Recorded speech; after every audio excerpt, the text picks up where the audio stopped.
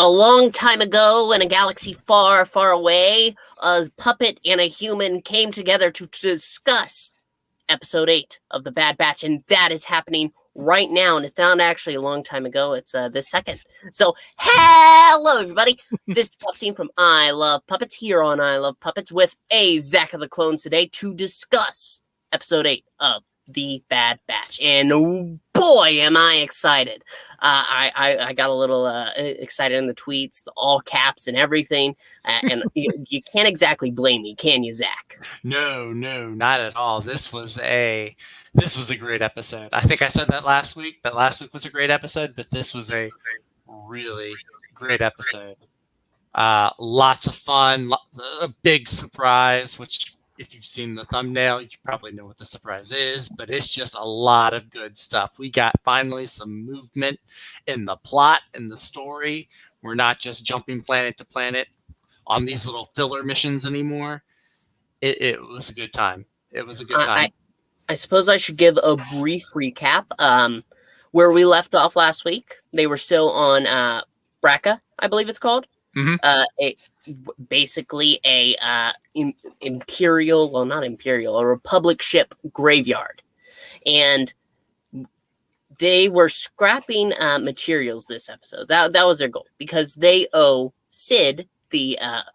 I can't remember her name, or her species name.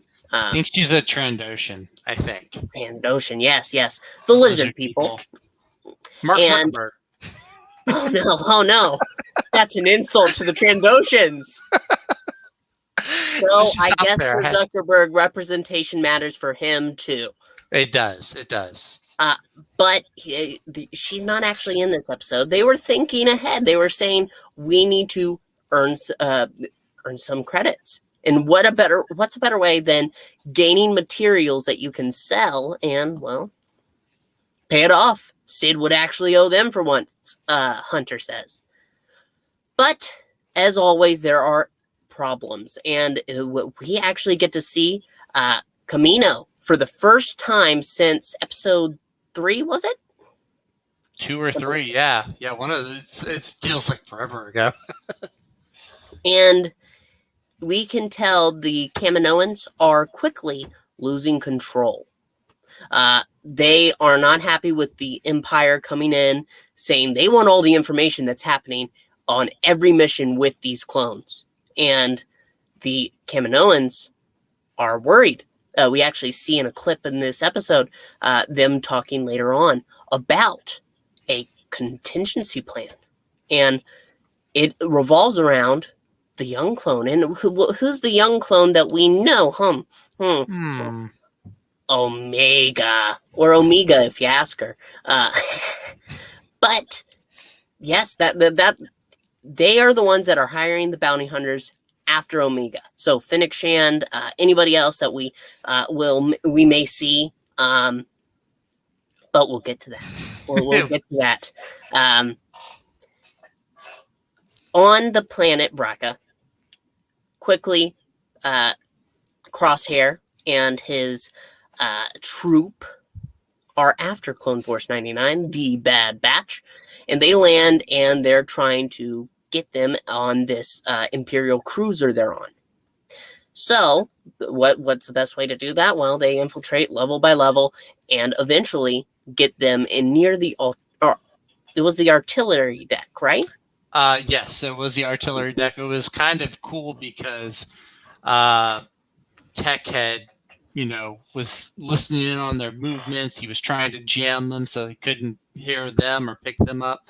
And, they hear Crosshair on their radio saying, oh, hey, we're going to get them in the hangar. We're going to ambush them in the hangar. So they go out of their way to avoid the hangar. But then Crosshair shows up because you got to remember, Crosshair was their teammate. He knows how they work. So he surprises them, surrounds them on the artillery deck.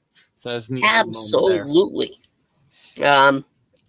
Crosshair, he is a delight in the worst way because he knows everything. He has always seemed the most cutthroat of the bunch, and we can see why. And that chip isn't helping.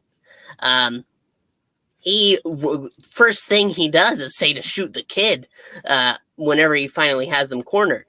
But quickly, Tech gets one of the cannons to blast, causing the roof of this old cruiser to cave in, and they quickly make an escape. They're climbing out through the ion engine. And climbing through an engine sounds scary, but clearly the ship is off. Why would anybody be worried, right?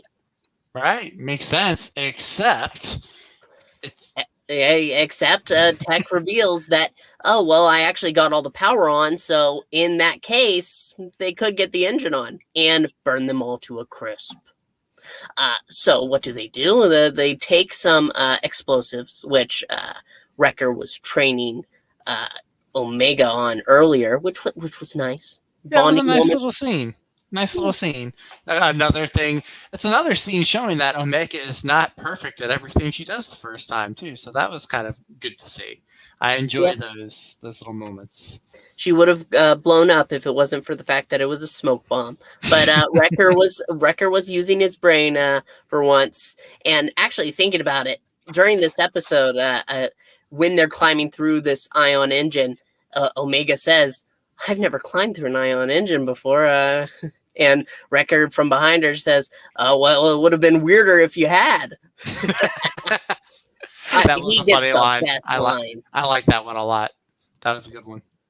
But so while they're getting the engines online to burn them all, they place explosives all around the ring of the engine and blow it up just in time to fall. In quite a ways too, because Brack is just a stack of ships. Yeah, And so it's just they hit a level and they go down, and then stuff comes apart. They keep falling. They keep falling. It's a lot of falling. Gravity works on Braca really well. And oh, yes, it does. And that's one of those things they never think about. Like, you go to Star Wars, all the planets' gravity is the same, and things like that. And, oh, well, okay.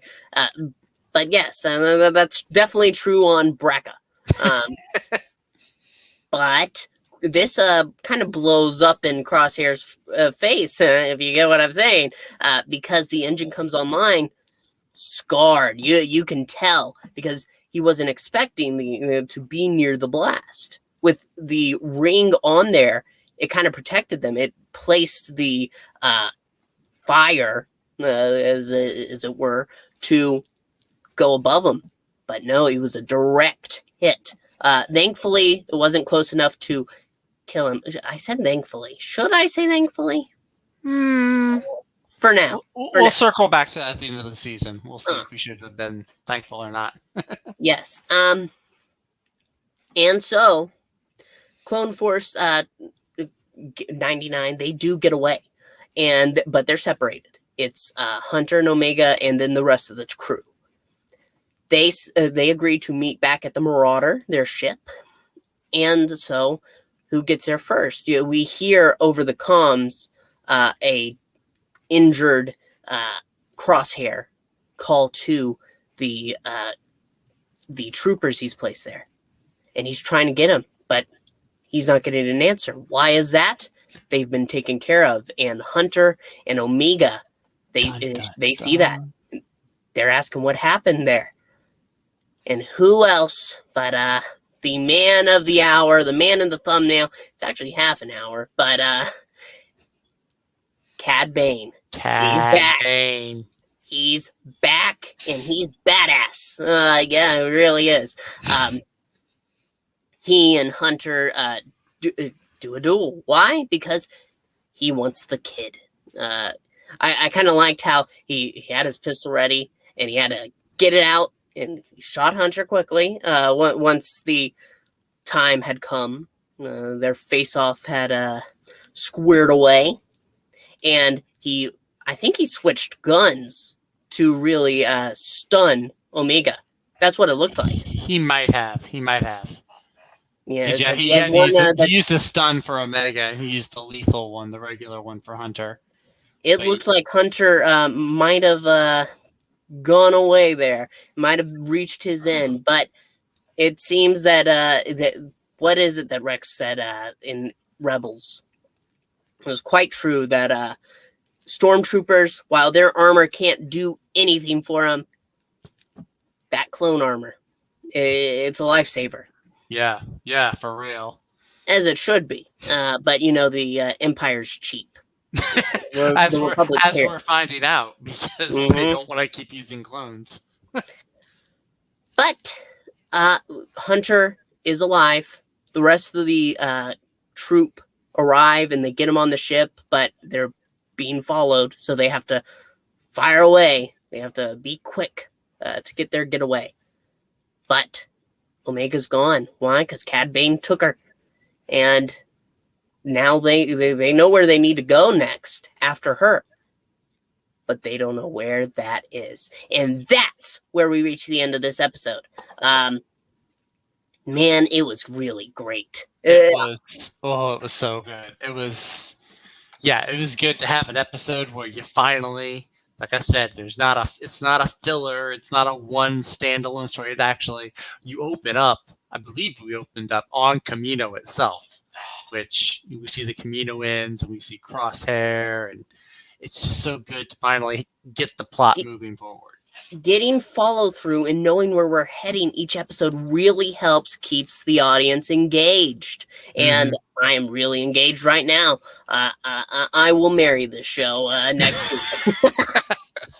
No, I won't go that far, but pretty close because I am so excited. I really can't wait for next week's episode. I don't know exactly where they'll go to find out who Cad Bane is. We may already know. They do not.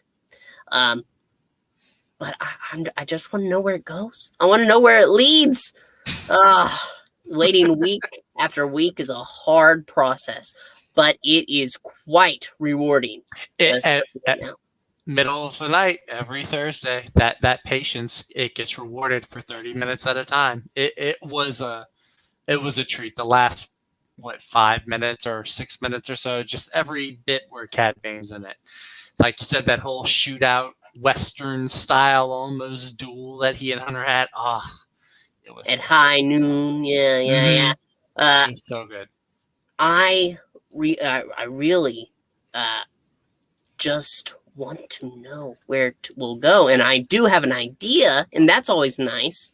I was a little surprised that they didn't try the Bad Batch to get Crosshair's chip out. I really thought they would last week because we knew what was happening in this episode. There was no doubt about that. But I really thought they would try to separate him from the rest, but they didn't, and it's understandable. They were surrounded, and time is of the essence when you're being chased by the Empire. But I am happy with how this episode went. And I think there's still a chance, because we were talking about how the engine backfires on Crosshair and pushes him back, scars his face. And I was like, well, maybe the engine, I don't know, maybe it knocks him against a wall, but it concusses and hits his head, or if the fire from it burns out the chip or something. And the last time we see him, he's got all these wrappings around his face. He's got a cast around his leg.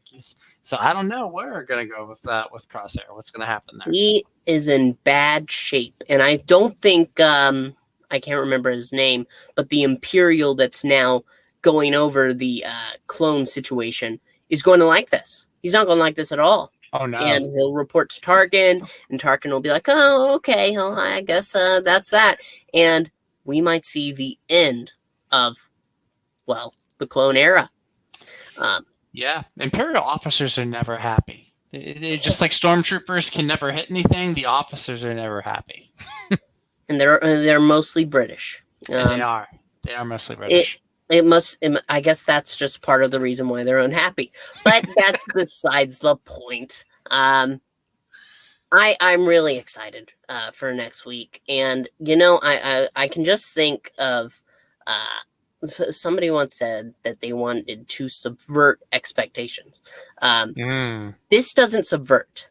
This exceeds expectations, and that is what you should always aim to do with whatever you're working on. And this really doesn't, because for a little while there, I wasn't sure exactly how excited I was. I like the Clone Force enough. The characters are played by a fantastic voice actor that I cannot praise enough, D. Bradley Baker. Tagged him. Hopefully he'll see this. See our praise. But I'm sure the paycheck is rewarding enough. It has a big mouse on it. I mean, you can't get much better than that, I guess. But it's really just gone above and beyond, and I'm excited. I really am. Next week, like I said, we don't know where we'll go, but we're going to have a hell of a good time getting there. Oh yeah, absolutely. Any final thoughts on this episode, Zack of the Clones? No, just like you nailed it pretty much. This exceeded. I know I said last week that last week's episode was the best one yet, but I think I told you backstage just because like we knew that Rex would be coming onto the show eventually. He's a clone. The Bad Batch are clones. It's kind of expected. Cad Bane though, that whole scene just, I opened my eyes up. I was like, oh my gosh, Cad Bane. It's one of those really exciting characters that if you've watched Clone Wars and you're familiar with this character, he's one of the best parts of Clone Wars, I think. So, yeah, I had a blast. I hope that he sticks around for a few more episodes at least. It sent shivers down my forearm, which is a really weird spot, but I think that counts as my spine. Your spine's in your forearms? It's a really weird situation being a puppet. But I think that about does it for us. We want to thank you all so much for watching. If you're watching after the broadcast, make sure to like and comment. We want to hear your opinions and thoughts. And subscribe. We are at 45. We want to get to 50. Hey! We'll celebrate a 50. And we want to get beyond. So let's build that up. Until next time, we want to say thank you one last time. And may the force be with you. And bye! This is the puppet you're looking